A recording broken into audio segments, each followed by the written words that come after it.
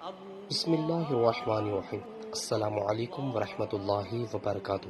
رسول اللہ صلی اللہ علیہ وسلم نے فرمایا، جب تم مرغ کی آواز سنو تو اللہ سے اس کا فضل طلب کرو کیونکہ اس نے فرشتہ دیکھا ہے، اور جب تم گدھے کی آواز سنو تو شیطان مردود سے اللہ کی پناہ طلب کرو کیونکہ اس نے شیطان دیکھا ہے۔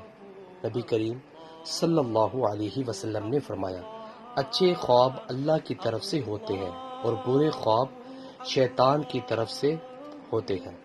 رسول اللہ صلی اللہ علیہ وسلم نے فرمایا، جو شخص دودھ والا جانور عاریتاً دے دے یا کوئی قرض دے دے یا کسی کو راستہ بتا دے تو اس کے لیے غلام آزاد کرنے کے برابر ثواب ہے۔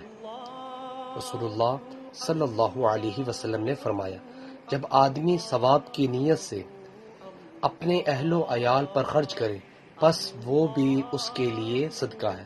نیچے والا موجود ہے۔ ویورز، اللہ تعالیٰ سے دعا ہے اللہ تعالیٰ ہمیں بھی ان احادیث پر عمل کرنے کی توفیق عطا فرمائے اور اپنی زندگی کو اسلام کے مطابق بسر کرنے کی بھی توفیق عطا فرمائے۔ ویڈیو کو شیئر کریں۔ جزاک اللہ۔ السلام علیکم ورحمۃ اللہ وبرکاتہ۔